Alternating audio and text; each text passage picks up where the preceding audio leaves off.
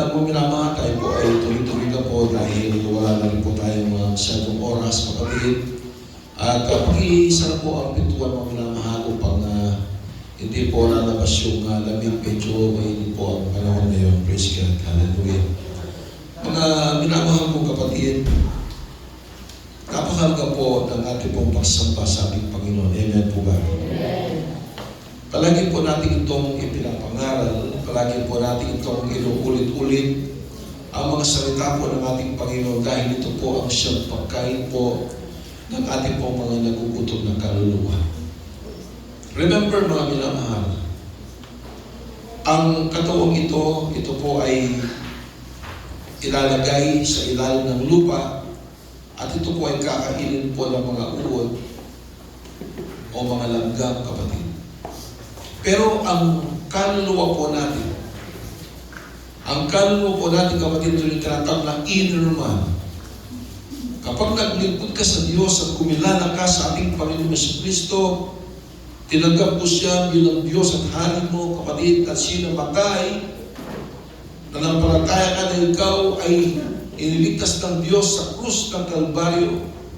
Mga minamahal, ang kaluluwa mo yan ay makakapiling ng ating Panginoon Jesucristo eternally. Walang hanggan, kapatid. Pero kapatid, kapag ang iyong kaluluwa, kapatid, kailanman hindi kumain o nakakain ng mga salita ng Diyos, at ang kaluluwa mo ito, at ang iyong puso, kapatid, ito'y nananatiling matigas sa harap ng ating Panginoon at ayaw mong kilalanin at ayaw mong paniwalaan ang mga sinasabi ko, kapatid, ng mga mangaral. I'm sorry to tell you, kapatid. I'm sorry. Ang iyong kaluluwa, mga minamahal, ay itatapon doon sa impyerno at sa dagat-dagatan po.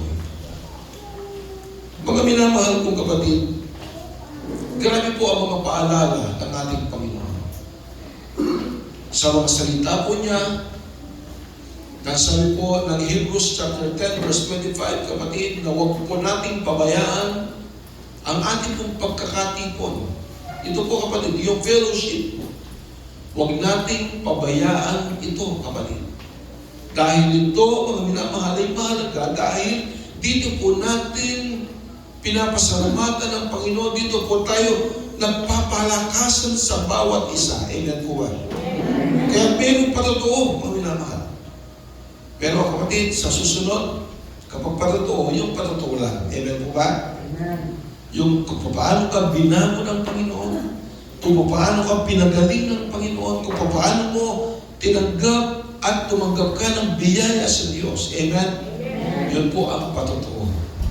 Amen po ba? Amen. Kaya sinabing patotoo, mga minamahal, wini-witness mo, pinapatotohanan mo, kapatid, na ang ating Diyos na pinaglilingkuran, siya po ay Diyos na buhay. Amen? Amen. At hindi po siya patay na Diyos. Praise God. Kaya po, mga minamahal, ano pong sabi po ng banal na kasulatan? Dito po sa book of Isaiah, chapter 43, verses 18 up to 19, ito po isang paalala. Dahil mag-New Year na po, kapatid. Magbabago na ang taon from 2025 to 2026. Nagiging hinog na. Hinog na po ang panahon. So, ibig sabihin, 2026, noong ipinanganak ang ating Panginoon Jesucristo. Doon po binilang mga minamahal. Kaya po ngayon, may ilang 2,000 years ang lumipas. At meron pong paalala mga minamahal, ang banal na salita ng ating Panginoon. Na kapag ikaw ay naglingkod sa Diyos, ang mga lumamong bagay na ginagawa, yun po ay nagsilipas na at kinakailangan, huwag mo na yung balikan. Huwag ka nang babalik muli sa kasalanan.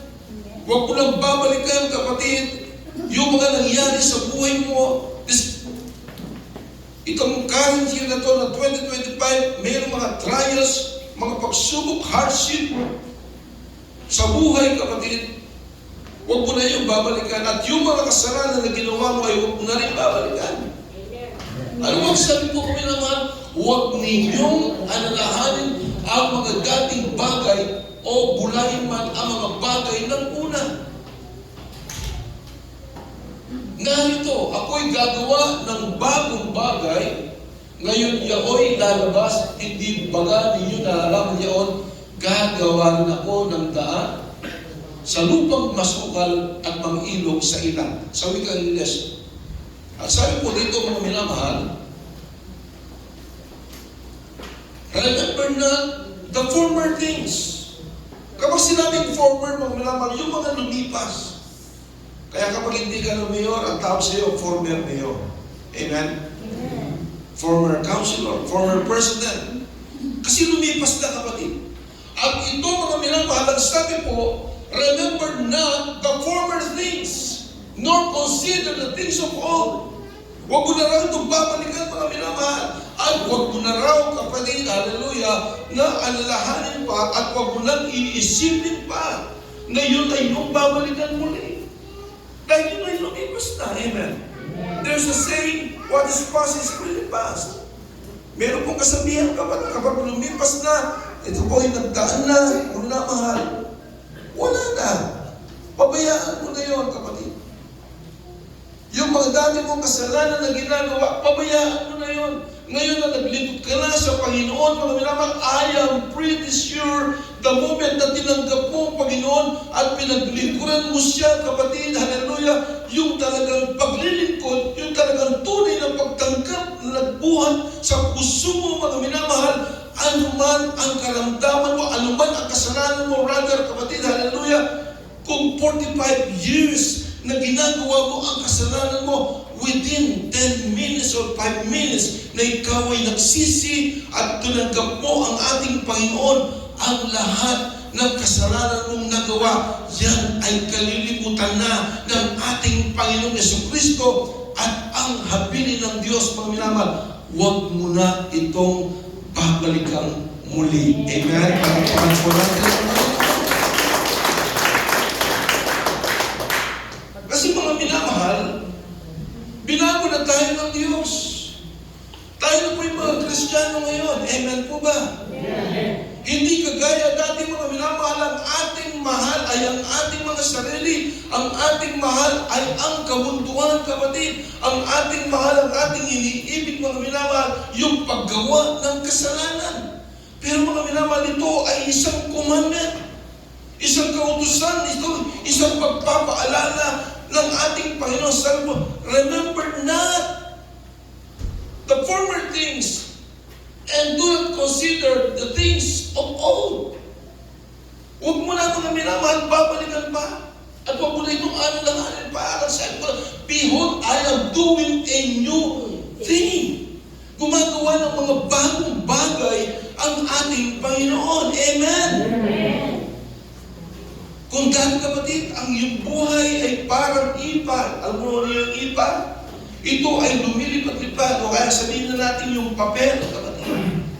Kapag yon, ang papel na yon ay dinampas po ng malakas na hangin, ito po ay walang direksyon kung saan pupunta ang ipa o ang papel nito dahil ito ay magaan. Amen po ba? Walang direksyon. Yon ang buhay po natin dati, kapatid. Yon ang buhay natin dati. Wala po tayong direksyon. Hindi po natin nakikilala ang ating Panginoon Jesucristo. Pero ngayon, dahil binigyan tayo ng direction ng ating Panginoon, hallelujah, ang gusto ng Panginoon, magpapatuloy tayo na maglilingkod sa ating Panginoon, hallelujah, at magpakainit sa paglilingkod sa ating Diyos na buhay na mabuhay. Everyone say praise the Lord. Mga minamahal, ano pong sabi po ng Acts chapter 17 verse 30, mga minamahal? Hallelujah. Dito po mga minamahal, ang mga panahon ng kahangalan, sabi ng Biblia, ay pinalampas na nga ng Diyos. Yung panahon ng kahangalan, Dati mga hangal po tayo sa paningin ng Diyos. Amen. Pero sabi po kapatid, ang panahon ng kahangalan ay pinalampas na nga ng Diyos. Ngunit, ngayon, ang sabi ng Biblia, ngunit ngayon, ipinag-uutos niya sa lahat ng mga tao. Sa lahat. Sa lahat. Hindi lamang po sa atin. Sa lahat ng tao na nabubuhay sa daigdig na ito, ang sabi po, ngunit ngayon, ipinag-uutos niya sa lahat ng mga tao ng dako na magsisi. Magsisi. Amen? Amen. Pinalampas na ng Diyos ang ating mga kahangalan. Pinalampas na ng Diyos, kapatid, yung ating mga ginagawa na hindi kalugod-lugod sa harap ng ating Panginoon. Pinalampas na po yan ng Diyos. Pero ngayon, mga minamahal, ang apila ng banal na kasulatan o ng Biblia, mga minamahal, ang mga tao raw po ay kinakailangang magsipagsisi sa kanilang mga kasalanan at paglingkuran nila ang ating Panginoong Jesucristo upang sa ngayon, pagtunog ng pakakak ng Panginoon, isa ka kapatid sa bubuhay muli o ipabago ng ating Panginoon kagaling sa namin. Ito ang tinatawag ng rapture of the church. Amen? Amen. Everybody say, praise the Lord. Kaya po mga minamahal, ano po ang sabi? Ating bulay-bulayan, kapatid. Balikan natin yung Isaiah, kapatid. Yung binasa po natin kanina. Mga minamahal. Yung Isaiah 43 verses 18 up to 19. Yung muna, huwag ninyong alalahan ang mga dating bagay o isalang-alang man ang mga bagay ng una. Pangalawa, kapatid. Narito, ako'y gagawa ng isang bagong bagay. Mga minamahal, binago tayo ng Diyos. Amen po ba? Ito ang pangako ng Diyos. Na kapag tayo po ay lumapit sa Kanya, na tayo po ay tumanggap at taglingkod sa ating Panginoon, mayroong gagawin ang Diyos sa buhay po natin. Of course, kapatid, babaguhin ka ng Panginoon. Ang sabi po ng 2 Corinthians 5:17, sabi ni Pablo, therefore, if any man be in Christ, he is a new creature. All things, yung lumang bagay na ginagawa, all things are passed away, all things are become new. Ito'y pag minamahal, sabi ko dito, kaya kung sino man ay na kay Kristo, si bagong nilalang, ang mga lumang bagay ay lumipas na. Tingnan ninyo, ang lahat ay naging mga bago. Amen? Praise the Lord. Palakpakan po natin ang Panginoon. Magiging bago. Kung 2025, iniiwanan mo ang preaching, pumupunta ka doon sa gasibo na pinagawa ko, doon ka lang, iwanan mo na yun, kapatid. Amen? Kung dati-rati, kapatid, ginagawa natin yung makaluma, yung makalamang bagay, iwanan mo na yun. Kasi bagong nilang na po tayo. Amen. Kung dati-rati ka, tamad ka sa iyong pagsamba, sa iyong paglilingkod sa Panginoon, ngayon mag-iba ka ngayon ang pag-iisip. Kasi bagong nilang na po tayo. Amen po ba? At isang insulto, kapatid, sa amin, na habang kami nag-aaral, lumahalis dito. Kaya sabi ko kay Brother Omar, nalagyan ko ng pintuan yung gasibong maliit na pinagawa ko doon. Nakakalungkot eh. Imagine, iiwanan mo ang pagkikinig mo ng salita ng Diyos. Ito'y insulto sa Diyos. Hindi sa akin, mga minamahal. Amen. Ito'y general, kapatid. Hindi po tayo nagsisinggilaw po rito. Ito'y general. Kapag ayaw mong makinig ng salita ng Diyos, kapatid, ewan po kung nagsasawa ka na sa pakikinig mo ng salita ng Diyos, umaalis ka. O kaya naman, kukwentuhan sa labas. Huwag naman, kapatid. Amen. Mag-born again na po tayo. Amen po ba? At yun ang ginawa ng Diyos sa buhay po natin. Ano ang kwenta ng ating pong pagparito, mga minamahal kong kapatid, kung ang focus mo ay wala sa gawain ng Panginoon at ang focus mo, kapatid, ay upang magkwentuhan, kapatid. It's useless. Sayang. Gumising ka ng maaga, nagbihis ka, nagplansya ka, gumamit ka ng gasolina mo, kapatid. E pagkatapos, anong nangyari? Wala yung focus mo sa mga salita ng Diyos. It is useless. It is useless. Amen po ba? Amen. At ang Diyos ay merong ginawa na ngayon sa buhay po natin. At yun ay napatunayan po natin, kapatid. At ito'y palagi ko, mga minamahal, inaabila po sa inyo, hindi ko na kaya. Hindi po namin kaya na hayuan kayong lahat. Hindi po namin kaya na i-follow kayong lahat, kapatid. Ang tanong, mga minamahal, nakikinig tayo ng salita ng Diyos po rito. Ang sabi nga, ang tanong po ni Cain sa ating Panginoon, am I my brother's keeper? Ako ba'y tagapagbantay ng aking kapatid? Ayun ang tanong ni Cain sa ating Panginoon.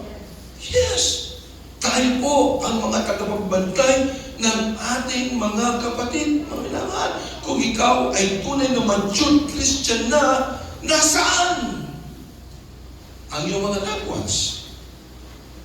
Nasaan, kapatid, ang iyong mga anak?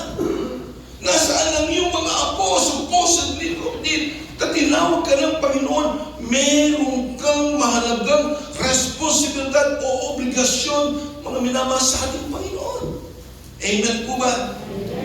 Bakit ba minamahal? Hindi tayo agad dinala ng Diyos doon sa natin. Pwede naman gawin niya ng Panginoon. Kahit hindi na tayo nag-lipusin. Diyos siya, hindi po ba? Pinag-aaralan po natin. Yung Bible study po natin, hindi nagbabagong Diyos. God is in control sa lahat ng bagay. Amen po ba? Silid-silid mo minamahal, makapangyarihan ng Diyos. Kaya gawin ng ating Panginoon na dalhin na tayo ngayon lahat sa langit. Pero bakit hindi yung ginagawa ng Panginoon? Kasi, kapatid, mayroong iniaatang na responsibilidad sa iyo ang ating Panginoong Jesucristo. Gagamitin ka niya para sa iyong mga loved ones, sa iyong mga sa buhay, upang ang mga loved ones mo rin ay makakilala sa Diyos. Hindi lamang ikaw ang maliligtas, bagkus gagamitin ka ng Diyos upang iligtas, kapatid, hallelujah, ang mga loved ones po natin. Palakpakan po natin. Baka sabihin po nila, Brother Noel, nakakaya kasi, Brother Noel, natatakot ako mag-share ng gospel. Bakit ka matatakot? Anong sabi ng Biblia, kapatid? Romans chapter 1 verse 16, for I am not ashamed in the gospel of Christ. For ano? For it is the power of God unto salvation. Ito na po ang kapangyarihan ng Diyos upang magligtas. Alam mo, sabi po, mga mahal, sapagkat hindi ko ikinakahiya. Yun ang sabi ni Pablo. At maging kami, kapatid, hindi ko ikinakahiya ang pagdala ng Ebanghelyo. Mga minamahal. Ang sabi ko dito, hindi ko ikinakaya ang Ebanghelyo sapagkat ito ang kapangyarihan ng Diyos. Dito kumikilos ang kapangyarihan ng Diyos, mga minamahal. Sa lahat po ng makakarinig ng salita ng Diyos na ating ipapahayag, ito ang kapangyarihan ng Diyos upang magligtas ang Diyos. Amen? Amen. Paano maliligtas ang mga taong hindi makakarinig ng salita ng Diyos? Hindi po kapatid. Hindi naman pwede na walang kamuwang-muwang sa salita ng Diyos, mga minamahal, hallelujah. Ikaw ang gagamitin. Gagamitin po tayo, kapatid, ng ating Panginoon. Sabi po, for it is the power of God unto salvation. Ito ang kapangyarihan ng Diyos para sa kaligtasan ng bawat sumasampalataya. Ibig sabihin, kapatid, yung pong maniniwala. yung maniniwala sa mga mabuting balita ng Panginoon, sa mga salita ng Diyos. Ito ang kapangyarihan ng ating Panginoon. The moment na marinig nila ang salita ng ating Panginoon, kapatid, dito, mga minamahal, ang kapangyarihan ng Diyos upang magligtas ng kaluluwa sa lahat ng sumampalataya. Ibig sabihin, paano sila sasampalataya kung hindi sila nakarinig ng salita ng Diyos? Amen po ba? Nagkukuha bang minamahal? Of course, ang Diyos, ang siyang tumatawag, ang Diyos, pinili po niya tayo. Ang sabi ng ating Panginoon, marami akong tuwa sa ibang mga kawan. Ibig sabihin, sa ibang mga church, maraming tupang ating Panginoon doon. Pero dahil hindi nila narinig ang tunay na ebanghelyo ng Panginoon, kaya nananatili sila doon. Pero sa inyo pong paghayo, sa inyo pong pag-soul winning, kapatid, sa inyong pag-share ng gospel ng Panginoon, it is the power of God and salvation for those who believe. Nang bawat sumasampalataya, unay sa Hudyo, gayon din sa Grego. Yung Hudyo, kapatid, yung mga Jews. Yung Grego, kapatid, ito yung mga Hentil. Tayo po yun, kapatid. Amen? Amen? So mahalaga, kapatid, ang salita ng ating Panginoong Jesucristo. Amen? So, kayo po na mahal. Mahihiya. Ako kahit saan. Na Christmas party po kami. Singil po, kapatid, ang gospel ng Panginoon. Bakit ako mahiya? Tao lang sila. Mas mapalit na ako sa kanila, kapatid. Amen. Kung mayaman sila, mas mayaman ka sa kanila. Amen po ba? Amen. Sino po ang mga milyonaryo po dyan magsabing Amen? Amen. Yes, milyonaryo tayo kasi meron tayong mansion sa langit. Pero sila mansion lang dito sa lupa. Pero tayo mansion sa langit. Mayaman tayo sa Amen? Everyone praise the Lord. Balikan po natin, kapatid. Yung mga Isaiah kanina ang laman. Ano po sabi? Bubuli-bulayin po natin ito. Sabi dito po naman sa narito ako'y gagawa ng isang bagong bagay. Yun ang ginawa ng Panginoon. Ngayon, yung lalabas. Hindi ba ninyo nalalaman yun? Gagawa ko ng daan sa ilang. Ano po itong ilang na ito? Alam mo ibig sabihin ng ating Panginoon dito? Gagawa ko ng daan sa ilang. Hindi ba ang mga Israelita, nung sila po ay iniligtas po ng ating Panginoon through Moses, kapatid, mula sa mga Ehipto, sa mga Egyptians, hindi ba sila inapa sa ilang? Nasa wilderness sila. From the word wilderness. At tayo po ngayon ay nasa wilderness. Hindi po ba ninyo alam? Yes, tayo po ay nasa wilderness ngayon. Tayo po ay naglalakbay, kapatid, patungo doon sa promised land. Ang mga Israelita, sila'y naglakbay patungo sa lupang pangako. Anong ginawa ng Panginoon? Ang Diyos ang siyang gumagawa ng paraan. Wala silang pagkain. Anong ginagawa ng Panginoon? Nahuhulog ang manamana, yung pagkain, yung heavenly food, galing sa langit para makakain lang sila. Yung gabi, kapatid, mayroong tumatanglaw na yung pillar of fire upang sila ay magkita-kita dahil madilim, dahil gabi.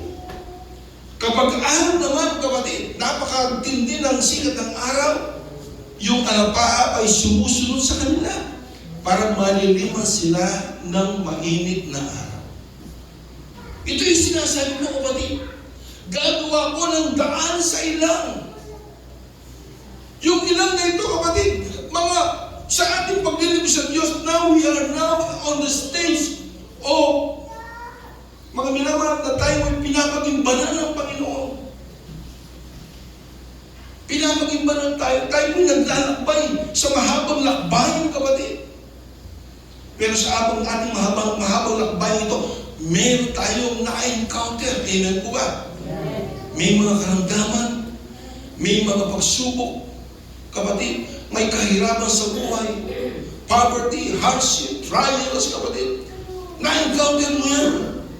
Pero nangako ang Panginoon, siya ang gagawa ng daan, gagawa ng paraan, kapatid. Ibig sabihin, God will make a way when it seems there is no way. Amen?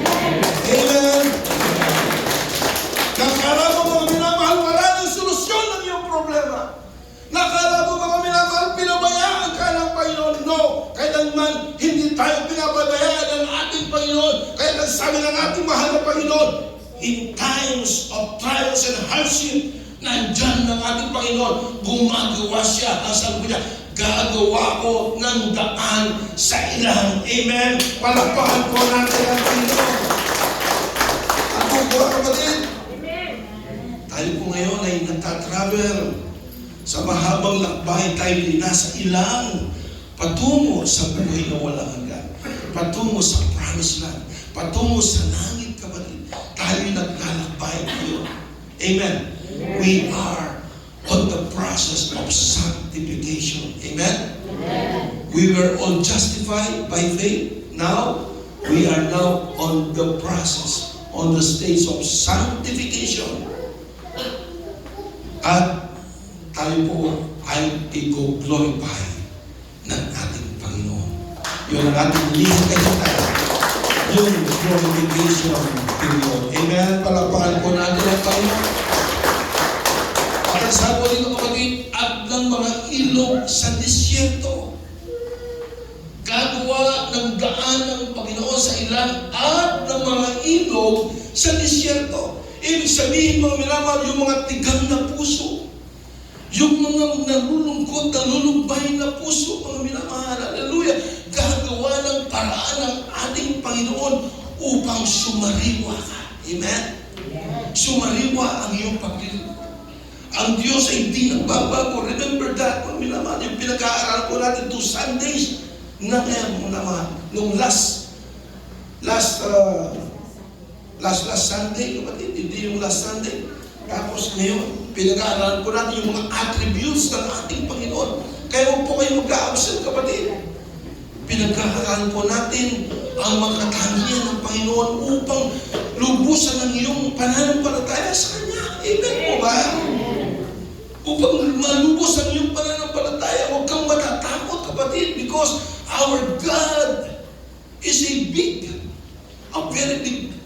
very big God. Amen? Amen. And how big is God? Malaki po siya. Dahil ang Diyos ay makapangyarihan. Imagine. Ano po niya, nakikita lang po yung mga stars. Ilan ba? Binibilan mo, kapatid.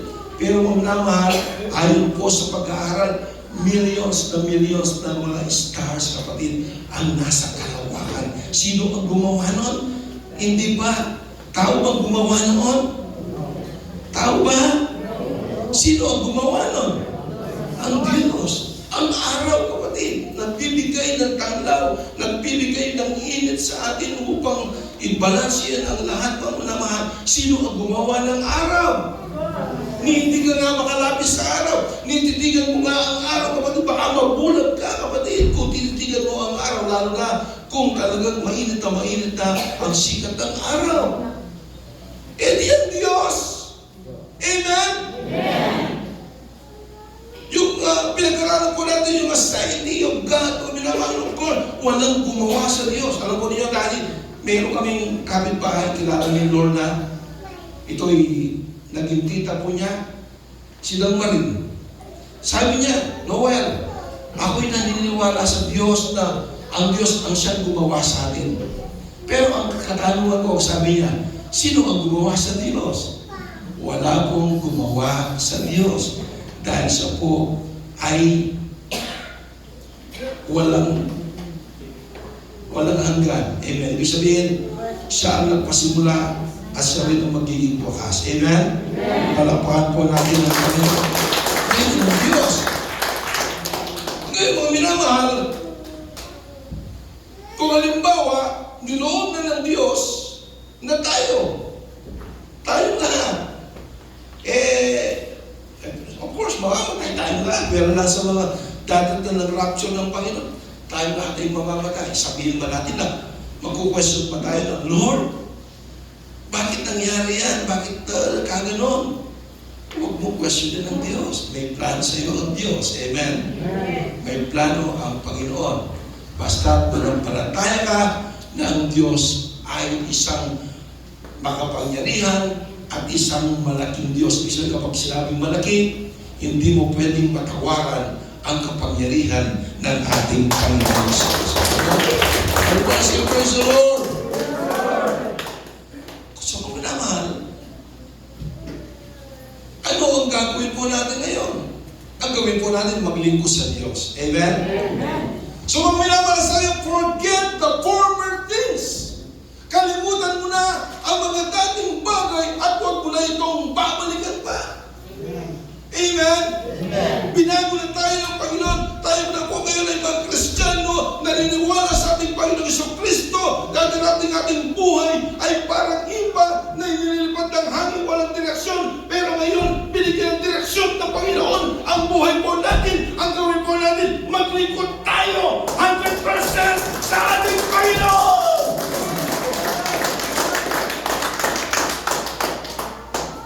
And this is our goal. This coming 2026, this is our goal.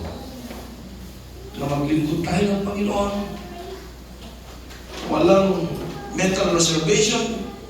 Without mental reservation, at tayo mapukusada.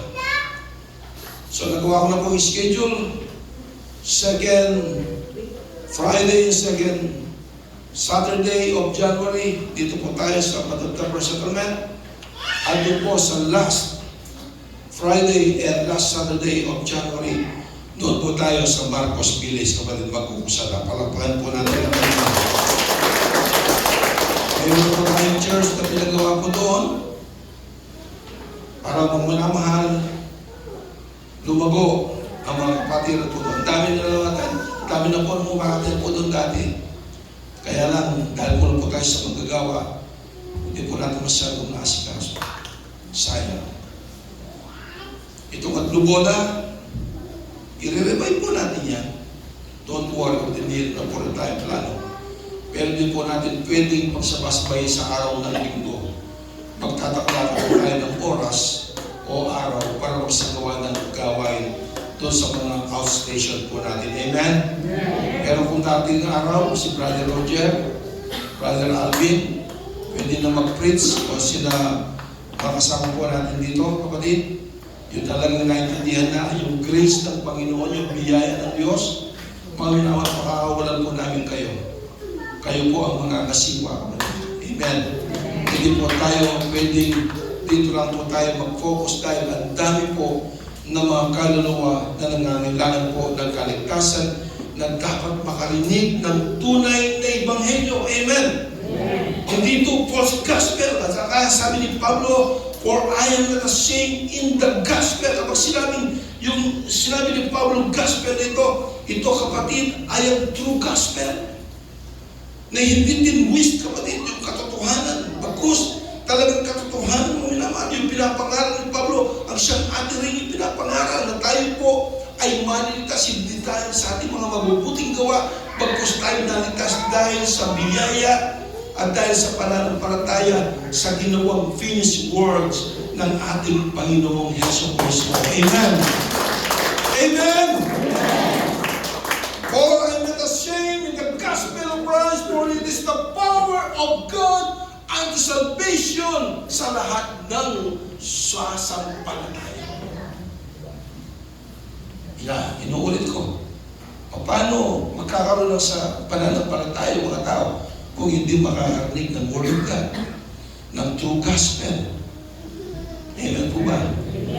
So kailangan ihayag po natin ang salita ng Diyos. And this is our goal sa 2026. 2 years na po tayo nito.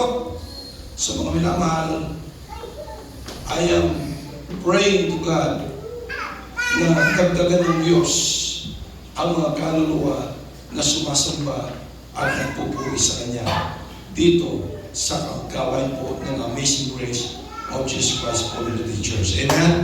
Palakpakan pa namin ang pagkakalaman ng kayo, kapatid. Mahal po natin oras at umawit po tayo sa ating Panginoon. Hallelujah. Ating pumawitin po namin ang mahala nga yung mahabang lakbay, yung Praise the Lord. Ating pumawitin mga minamahal.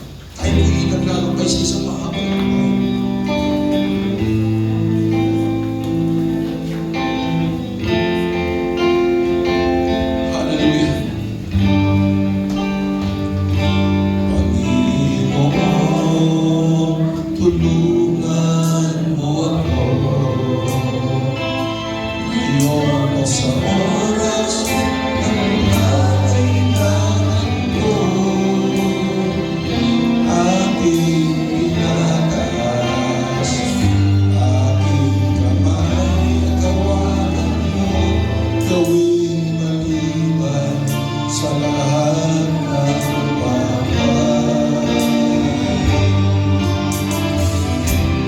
Bawat hakbang ko'y mayroong sumasabay.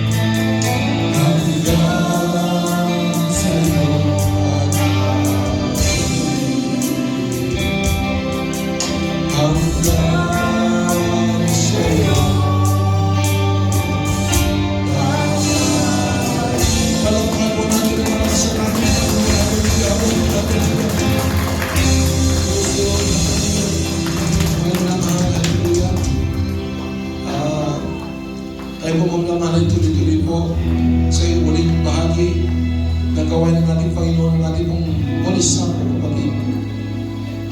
Mga minamahal, habang tayo po ay umaawit, kahit po pag-distribute kapatid, ang tinapay na sinisimbolo ng katawan ng Panginoon at ang katas ng ubas na sinisimbolo ng dugo ng Panginoon.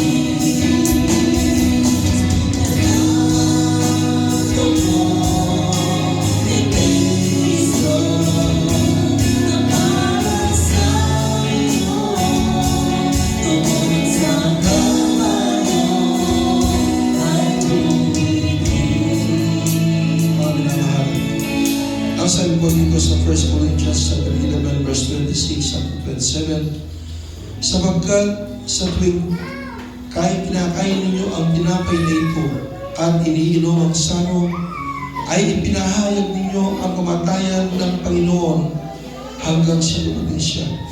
Kaya sino man kumain ng tinapay o uminom ng sano ng Panginoon na hindi nararapat, ay magkakasala laban sa katawan at dugo ng Panginoon. Tatapwat siya sa atin ng tao ang kanyang sarili at saka siya kumain ng tinapay at uminom ng sano. Ang sabi po mo naman, examine ourselves, kapatid. Atin siya sa atin ang ating mga sarili bago tayo kumain ng tinapay at bago tayo uminom ng saro, kapatid, upang tayo maging karapat-dapat sa Panginoon. Tayo po muna, kapatid, ay humingi ng tawad sa ating Panginoong Jesucristo. Hallelujah. Amang Diyos na makapangyarihan sa lahat, mahal na Panginoon, isa ng tao Diyos, kami po'y lumuluhod sa iyong harapan, Panginoon. Nagpapakumbaba. Humihingi ng iyong kapatawaran, Panginoon, sa lahat po ng aming mga kalikuan, sa lahat po ng aming mga kasalanan na aming nagagawa, at maging nasamin po ng aming po mga liyabi na hindi po naging kalulubi sa iyo, Diyos. Patawarin mo po kami, Panginoon. Inaamin po namin ng Diyos na kami po'y makasalanan. Kaya, Padre Panginoon, have mercy on us. For we are sinners, Lord. Mahal na Panginoon, linisin mo kami upang kami po'y maging karapat-dapat sa amin po pag-alaala, pag-take ng Holy Supper na ito, Panginoon. Linisin mo, Diyos, ang bawas sa amin ng aming mga kasalanan na yung dugo na umagos sa krus ng Kalbaryo. Ito pong aming samudalangin sa pangalan ni Jesus. Amen. Paghiwakan, kapatid, ang mga tinapay na ito'y sinisimbolo ng katawan ng ating Panginoon. Ang sabi po dito, at nang siya'y makapagpasalamat, ay pinagputol-putol niya at sinabi, ito ang aking katawan na para sa inyo. Gawin niyo ito sa pag-alaala sa akin. Kainin po natin.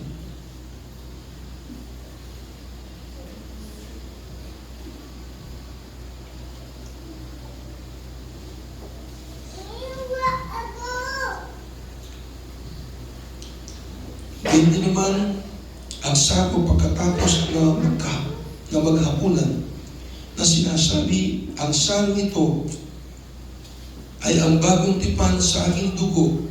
Gawin ito sa tuwing kayo iinom sa pag-alaala sa akin.